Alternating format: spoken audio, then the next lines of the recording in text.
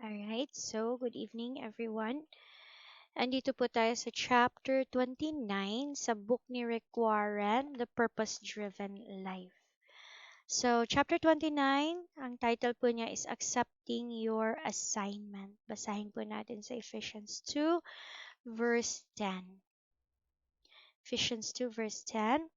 It is God Himself who has made us what we are and given us new lives from Christ Jesus. And long ages ago, He planned that we should spend these lives in helping others. Additional verse or book sa John 17, verse 4. John 17, verse 4. I glorified you on earth by completing down to the last detail what you assigned me to do. So dito po makikita natin si Jesus mismo ang nagsasalita, a communication between Him and His Father who is in heaven. Sabi ng Panginoong Jesus na lahat ng ibinigay mo sa akin na assignment, down to the last detail, lahat ito ginawa ng ating Panginoong Jesus. So makikita po natin that all of us, hindi lang si Jesus, but all of us, merong ipinagkaloob ang Lord, no? May plano ang Panginoon para sa atin dito sa lupa. Hindi lang tayo tinawag niya para maging sitting ministry, but hindi tayo tinawag niya para um, tanggap na lang ng tanggap kung ano yung yung yung ano na ino-offer ng church or feeding ng church, puro na lang tayo me, hindi daw po 'yun, no? So while we become mature Christian, while we understand kung ano talaga ang desire ng Lord sa atin, that we should bear fruit, desire din ng Lord sa atin is acts of service, no? So, ang pinakatanong doon is, what is ministry? No? Ministry, it is our service to God in obedience to His calling. So, yun yung ibig sabihin ng ministry. So, acts natin in obedience to His calling. We are given different kinds of gifts to functions in the ministry that God has predestined us to serve. So, ibig sabihin, may iba't iba tayong talento gaya ng katawan natin, no? Merong mata, merong bibig, merong tenga, may kamay, no? Lahat ng ito kinumpleto ng Lord sa atin in order for our body to function properly. Ganon din po ang katawan ni Kristo or the body of the church, no? Tayo, may kanya-kanya din po tayong lugar sa katawan ng simbahan, no? Merong pinagkalooban ng Lord ng gift of speaking, no? Yan yung pagtuturo. Merong pinagkalooban ng Panginoon the gift of kanang listening. Ibig sabihin, magaling tayong makinig sa sa ibang tao, no? Meron tayong empathy, na feel natin kung ano ang pangangailangan nila, naririnig natin, no? Pero hindi ibig sabihin na kapag naririnig natin ang daing nila, naiintindihan natin is itsismis natin. Hindi po 'yan ang function natin bilang isang part ng body of Christ, no? Ang talent na 'yon is ibig sabihin is for you to comfort others just the way Christ has comforted us, no? Hindi lahat sa atin is gifted sa pakamay. For example, pagluluto. Naku, iba, ang ilan diyan sunog-sunog kung magluto, no? But if we have that gift of service, no? Serving others, hindi lang sa pagluluto, o sa pagka-carpentry, or sa paglilinis, wow, no? If we have that kind of gift, no? Using our hands, then the do so out of your love in obedience to the calling of Christ. Sa pagiging paa dito sa church, sa body ng Christ, no? Hindi lahat sa atin is evangelist. Hindi lahat sa atin may time para humayo. No? So, bawat isa na narito, we are part of a bigger picture, a part of a body of Christ, no? Hindi lahat gifted sa ganito na lang na bagay. So dapat um we as servants of God, as we grow mature, no, alam dapat natin kung ano ba yung gift na ipinagkaloob sa atin ng Lord, para nang sa ganun mailagay tayo ng tama, mailagay tayo sa lugar na ikinalalagyan natin na kapatid dito ka nalalagay. Ito yung ministry na ipinagkaloob sa iyo ng Lord, no? Ito yung function, mas dito ka lalago. Yan. Oh, so parang sa garden, o dito ka, ito yung lugar mo, no? Kaya kung saan tayo tinanim ng Lord, doon tayo magtubo, doon ka mag-root down, let your roots grow down, and let your branches flourish, ika nga, no? As part of the body of Christ. That's why, kasi yun ang commandment sa atin, to do the works of our Lord Jesus Christ. So, number one, in accepting your assignment, is you were created to serve God. Wow. Magkaroon tayo ng mindset, nilikha ako to serve the Lord. Hindi ako nilikha to serve me, myself, and me again. No? So, hindi pala dapat yun ang magiging mindset natin. So, in Jeremiah, chapter 1, verse 5, it says, "Before I formed you in your mother's womb, I knew you. Before you were born, I set you apart." Wow, amazing, no? So, ibig sabihin, habang nandito pa lang tayo sa sinapupunan ng ating Panginoong Jesus, we are already set apart. Diba? Napaka, what do you call this? Napakagandang malaman na, hala, hindi pala ako kanang aksidente, no? Hindi pala ako yung kasi nagawa ka, hindi ka naman pinlano. May mga ganun na mga terms na mga magulang ba. Ay, ambot, dili man na siya giplano, basta lang na siya po. So, basta lang siya nandyan. So, hindi pala dapat ganun ang magiging concept natin, no? Ang concept pala natin, even when we were formed pa lang dito sa womb ng ating nanay, God already has a plan for us. We were set apart for His special assignment, no? For special works ng ating Panginoon. So, dapat nating iput sa mindset natin na hindi pala biro.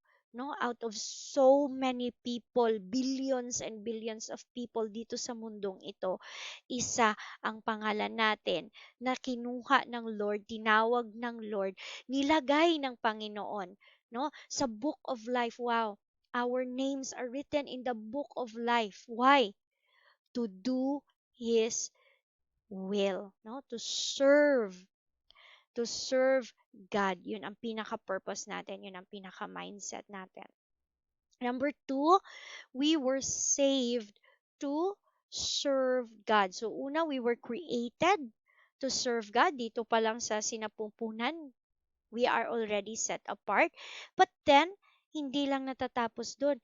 Sinave pa tayo ng Lord, no? From darkness into His marvelous light. No? Kasi all of us are created by the Lord. No? But, napaka-espesyal, pag hindi lang sa pag-create dito pa lang sa lupa, ay dito pa lang sa sinapupunan, but then out of darkness. Why darkness? Oh, kay lahat tayo galing doon. Before we came into His marvelous light.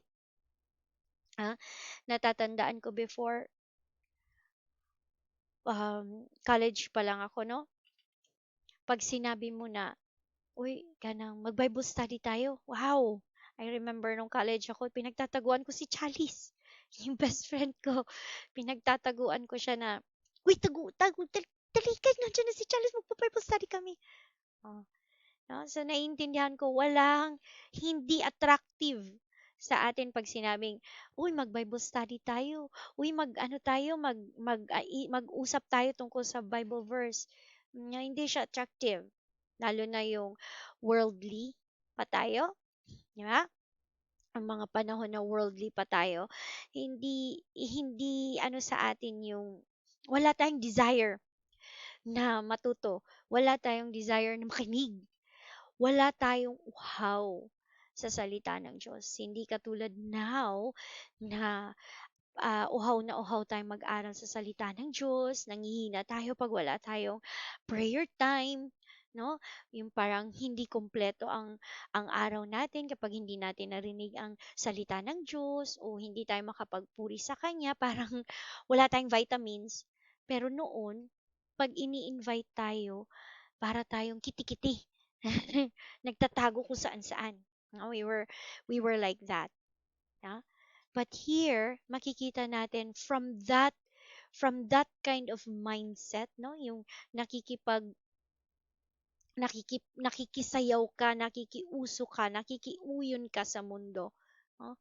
From that kind of mindset, kinuha ka ng Lord to save you, no? Doon sa hindi magandang patutunguhan na alam mo walang patutunguhan yon, nandun yung vices, nandun yung mga at iba-ibang mga distractions na alam nating hindi kalugod-lugod sa kanya at hindi rin magiging kalugod-lugod sa atin in the future pag kinuha na tayo ni Lord. Why? Because in that scenario, alam natin kung saan tayo pupunta, no? At yun ay sa impyerno talaga.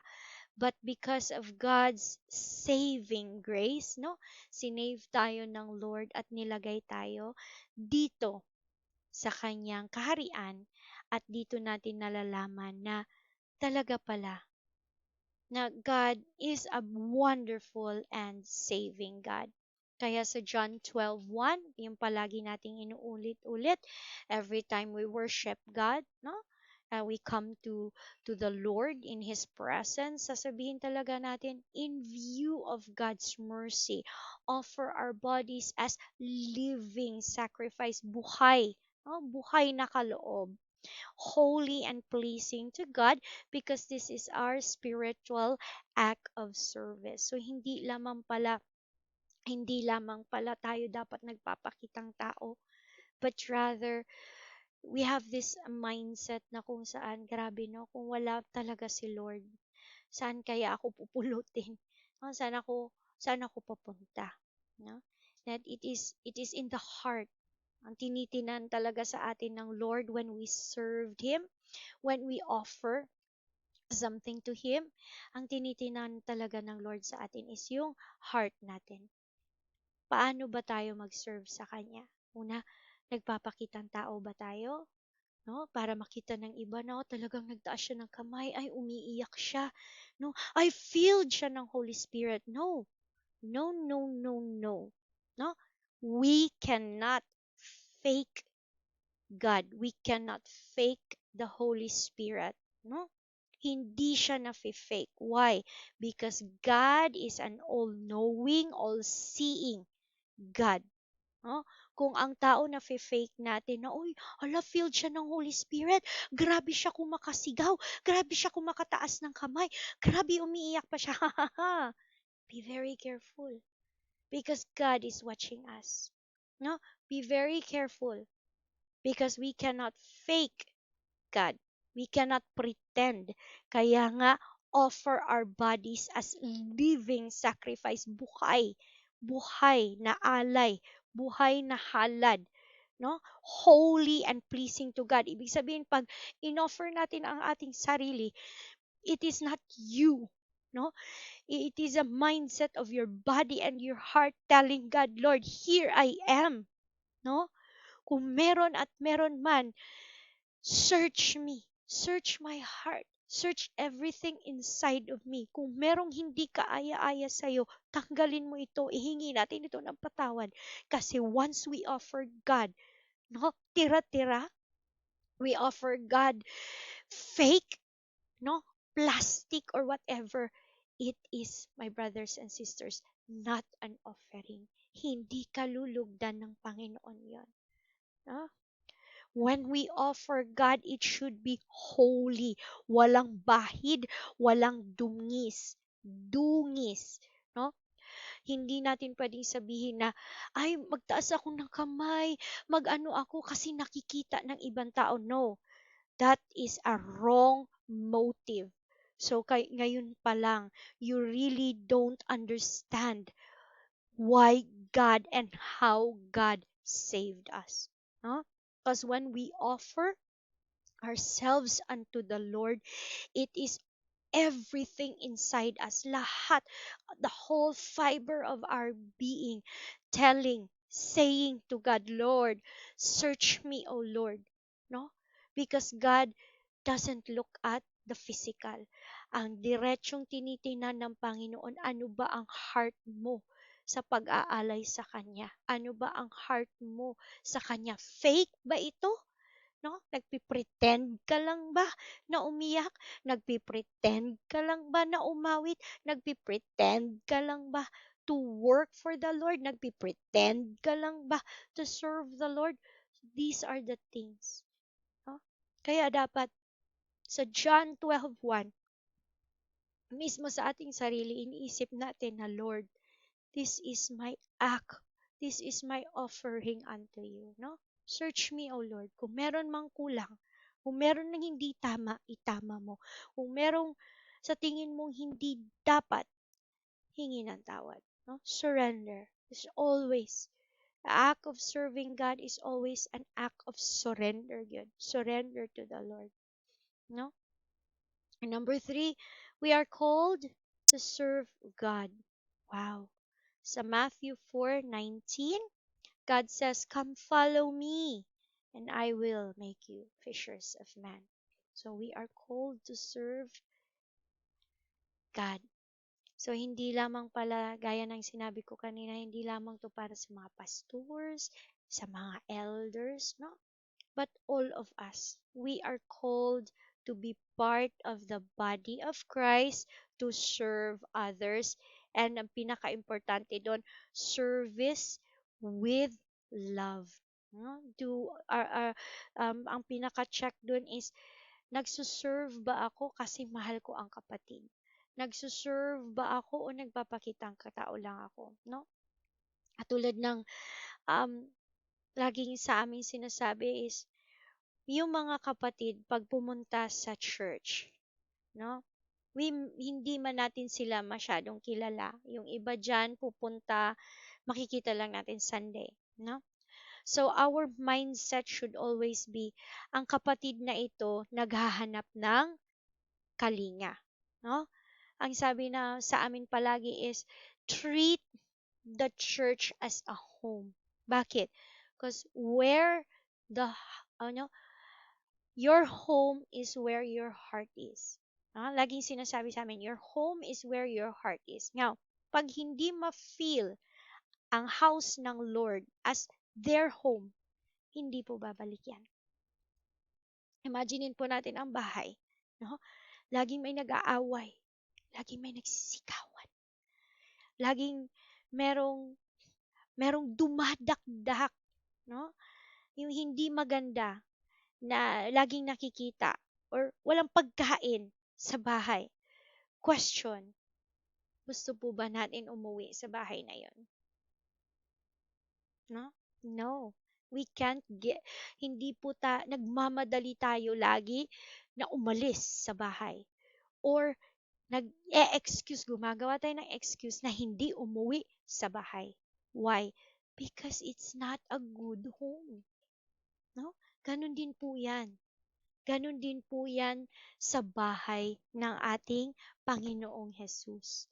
If the house of God has no love, no, kung hindi ma-feel ang tunay na pag-ibig ng Lord, wala pong babalik. Hindi po sila babalik. Or babalik man sila pero nagmamadali po silang umuwi. Why? Because they will not feel the love of God sa atin. We are the hands, the feet, the mouth of the Lord in reaching and preaching and letting them feel the genuine love of Jesus Christ. No? Lalo na sa pagbatian, no? Mafe-feel mo yun eh. Kung fake lang yung, hello sis, mafe-feel po yan. Kung totoong meron tayong concern sa bawat isa. Hindi po nafe-fake yan. No? But if there is no real love sa heart natin, no, then they will not feel at home. No? That is the reason why we are called to serve God. So kung ang mindset natin, no, that I am saved because of how good God is, out of the abundance of our heart, maipapadama natin sa kanila na indeed, kapatid, you look so beautiful, no? You look so wonderful, no? Mafe-feel nila sa bawat hawak mo ng kamay, sa bawat pag-shake mo ng ng kamay na indeed, you are my brother, you are my sister in Christ, no? Kasi there is genuine love. Hindi po nafe-fake yan, nafe-feel po yan. Kahit mga bata, no? Even the little ones, they will know kung talagang genuine yung pag-appreciate mo sa kanya o nag-fake ka lang. Kung wala talagang love. Kasi kung wala ka talagang love, iiwasan ka ng mga bata.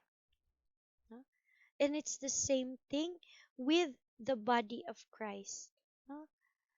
Kung dito pa lang sa mundo, we Christians in the body of Christ, we don't know how to love one another, to really be part of the body of Christ. Paano natin ito ma-share sa mga non-Christians?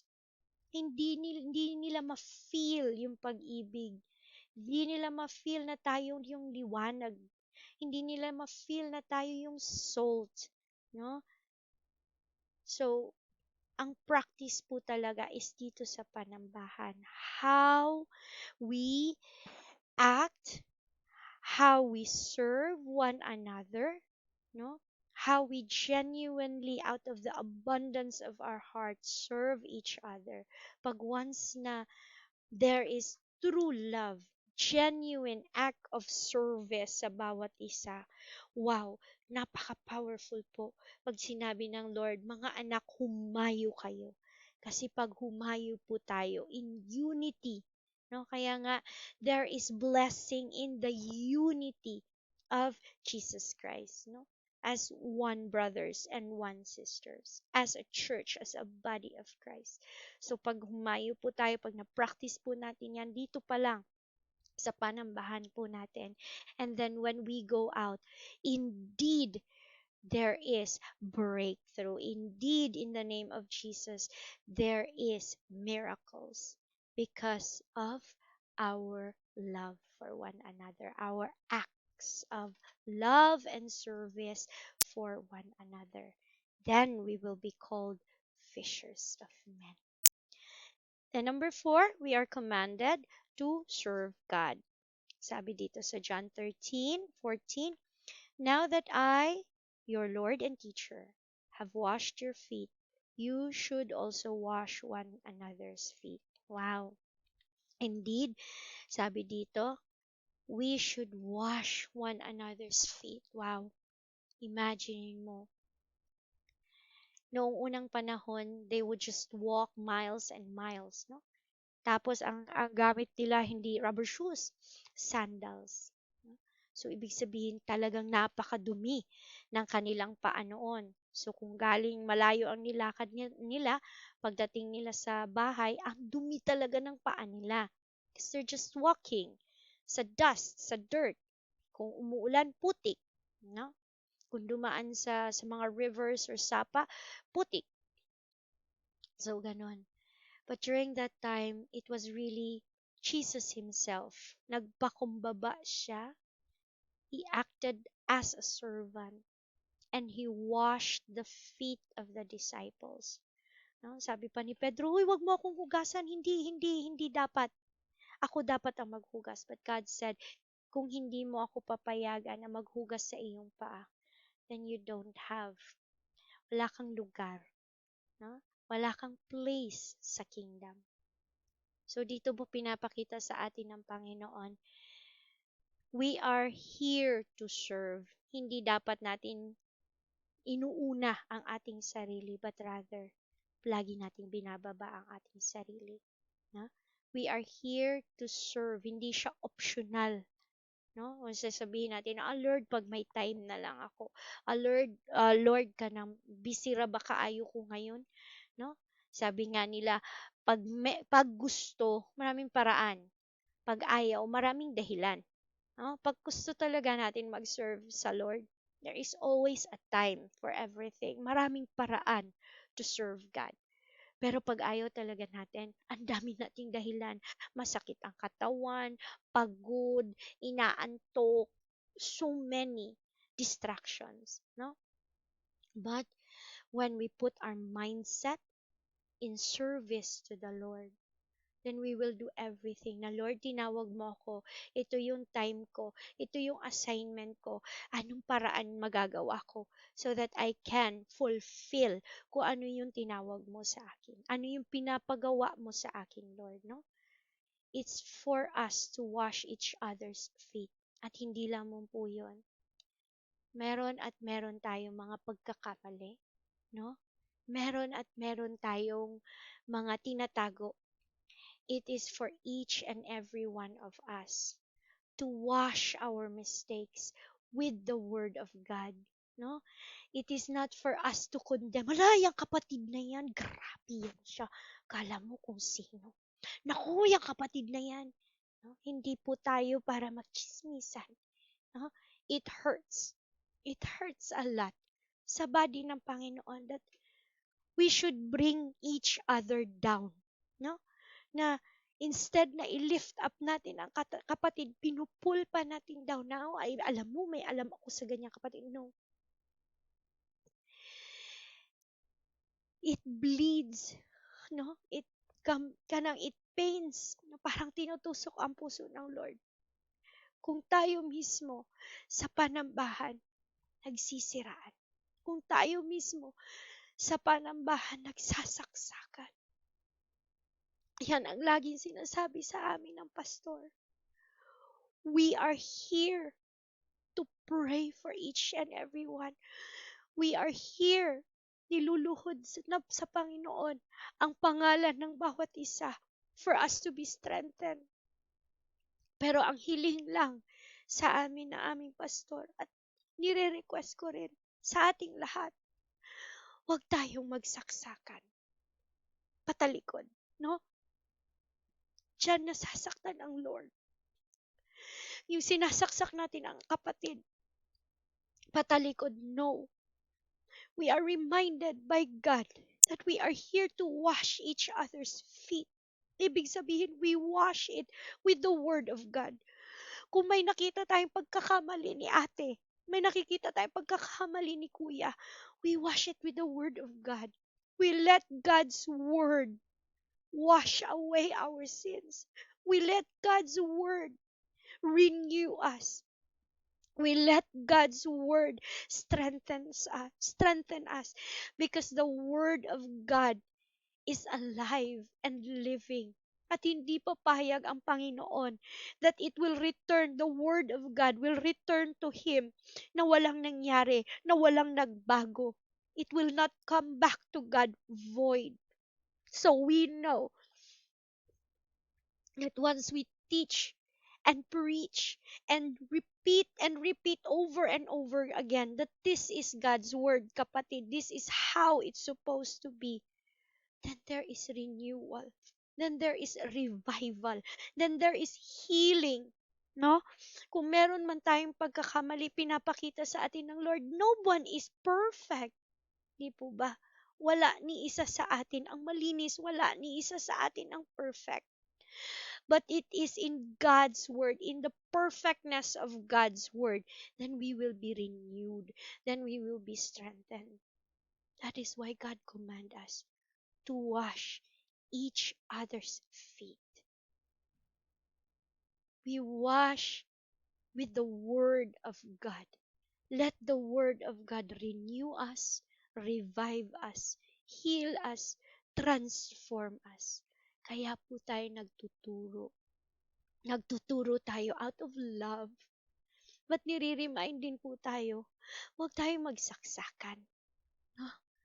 Because we are part of the body of Christ. Imagine mo, kamay mo sinasaksak mo. Di ba masakit? Ikaw rin ang makakaramdam niyan eh. Because we are part of the body of Christ. Kaya na sinabi ni Pastor, huwag tayong maging crab mentality. Huwag nating hilahin pababa. But rather, God is reminding us, let us wash each other's feet with love. Because we are commanded to serve God. And remember, here in church, we are all brothers and sisters of Christ. No? And lastly, wala na palang last, no? Sabi po dito sa 2 Corinthians 12:9, no? In our weakness, God, God's power is made perfect. So, I pray in the name of Jesus, no? That ang bawat isa sa atin will live each day. Imagining natin that it is always a platform. A platform na maitaas natin ang pangalan ni Jesus. Kung tayo ay nasa bahay lang, then let the platform be our children, our home. Na may pakita natin sa ating mga anak, this is God's way. No? Hindi my way, but God's way. Kung nasa school tayo, then let your classroom be your platform to share, to serve, to show the world that Jesus is living in our hearts. Kung nasa school man tayo, nagtatrabaho man tayo, then let your workplace be a platform na maging asin at ilaw ka sa iyong mga ka-office mate. Hindi yung nilalayuan tayo. Hindi yung kinatatakutan tayo na, oy, hindi pwedeng mapagsabihan yan, grabe yan. Hindi dapat ganon, no? We should be the hands, the feet, and the mouth of the Lord because this is our act of service, no? First Peter 2:16, we should live as servants of God in every way, all the time. No, hindi lamang gaya ng sinabi ko kanina, hindi to pakitang tao. God is always watching us. In everything, at all times, God is watching us.